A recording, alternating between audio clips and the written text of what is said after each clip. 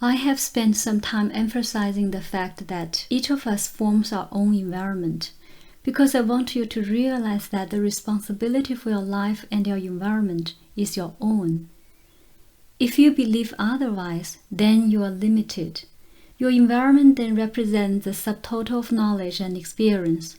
As long as you believe your environment to be objective and independent of yourself, then to a large extent you feel powerless to change it, to see beyond it, or to imagine other alternatives that may be less apparent. Later in the book, I will explain various methods that will allow you to change your environment beneficially and drastically. I have also discussed the reincarnation in terms of environment, because many schools of thought overemphasize the effects of reincarnational existences, so that often they explain present life circumstances as a result of a rigid and uncompromising patterns determined in a past life. You will feel relatively incompetent to handle present physical reality, to alter your environment, to affect and change your world, if you feel that you are at the mercy of conditions over which you have no control. The reasons given for such subjugations matter little in the long run, for the reasons change with the times and with your culture. You are not under sentence placed upon you for original sin by any childhood events or by past life experience. Your life, for example, may be far less fulfilling than you think you would prefer. You may be less when you would be more, but you are not under a pall placed upon your psyche, either by original sin, Freud's infancy syndromes, or past life influences. I will try to explain the past life influences a bit more clearly here. They affect you as any experience does. Time is not lost, however, it is open. One life is not buried in the past, disconnected from the present self and any future self as well. As I explained earlier, the lives of the plays are happening at once. Creativity and consciousness are never linear achievements. In each life you choose and create your own settings or environments, and in this one you chose your parents and whatever childhood incidents that came within your experience. You wrote the script. Like a true absent-minded professor, the conscious self forgets all this, however, so when tragedy appears in the script, difficulty or challenges, the conscious self looks for someone or something to blame. Before this book is done, I hope to show you precisely how you create each minute of your experience so that you can begin to exert your true creative responsibility on a conscious level, or nearly so. As you read this book, now and then look about you at the room in which you sit. Chairs and tables, the ceilings and the floors may seem very real and solid, quite permanent. Well, you by contrast may feel yourself to be highly vulnerable, caught in the moment between birth and extinction. You may even feel jealous when you think of it, imagining that the physical universe will continue to exist long after you are gone. By the end of our book, however, I hope you will realize the eternal validity of your own consciousness and the impermanence of these physical aspects of your environment and of your universe that now seem so secure.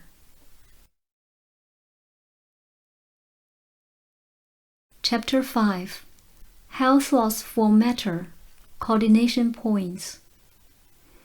As you read the words upon this page, you realize that the information that you are receiving is not an attribute of the letters of the words themselves. The printed line does not contain information. It transmits information. Where is the information that is being transmitted then, if it is not upon the page? The same question, of course, applies when you read a newspaper and when you speak to another person. Your actual words convey information, feelings, or thoughts. Obviously, the thoughts of the feelings and the words are not the same thing. The letters upon the page are symbols, and you have agreed upon various meanings connected with them. You take it for granted without even thinking of it that the symbols, the letters, are not the reality, the informational thoughts which they attempt to convey. Now, in the same way, I am telling you that objects are also symbols that stand for a reality whose meaning the objects, like the letters, transmit. The true information is not in the objects any more than the thought is in the letters or in words. Words are methods of expression, so a physical object in a different kind of medium. You are used to the idea that you express yourselves directly through words. You can hear yourself speak them. You can feel the muscles in your throat move. And if you are aware, you can perceive multitudinous reactions within your own body, actions that all accompany your speech. Physical objects are the result of another kind of expression. You create them as surely as you create words. I do not mean that you create them with your hands alone. I do not mean that you create them with your hands alone or through manufacture. I mean that objects are natural byproducts of the evolution of your species, even as words are. Examine for a moment your knowledge of your own speech, however. Though you hear the words and recognize their appropriateness, and though they may more or less approximate an expression of your feeling, they are not your feeling, and there must be a gap between your thought and your expression of it.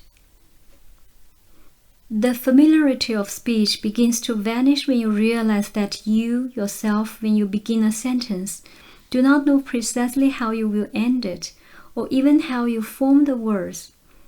You do not consciously know how you manipulate a staggering pyramid of symbols, picking from them precisely those you need to express a given thought. For that matter, you do not know how you think. You do not know how you translate these symbols upon this page into thoughts and then store them or make them your own. Since the mechanism of normal speech are so little known to you on a conscious level, then it is not surprising that you are equally unaware of more complicated tasks that you also perform, such as the constant creation of your physical environment as a method of communication and expression. It is only from this viewpoint that the true nature of physical matter can be understood. It is only by comprehending the nature of this constant translation of thoughts and desires, not into words now, but into physical objects, that you can realize your true independence from circumstance, time, and environment. Now it is easy to see that you translate feelings into words or bodily expressions and gestures, but not quite as easy to realize that you form your physical body as effortlessly and unself-consciously as you translate feelings into symbols that become words. You have heard the expression before, I am sure, that the environment expresses a particular individual's personality. I am telling you that this is a literal and not symbolic truth. The letters upon the page have the reality only of ink and paper. The information they convey is invisible. As an object, this book itself is only paper and ink. It is a carrier of information.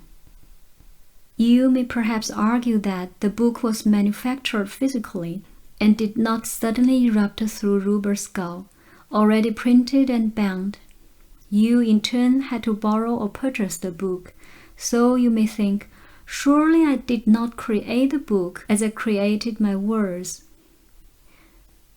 But before we're finished, we will see that, basically speaking, each of you create the book you hold in your hands, and that your entire physical environment comes as naturally out of your inner mind as words come out of your mouth, and that man forms physical objects as unself-consciously and as automatically as he forms his own breath.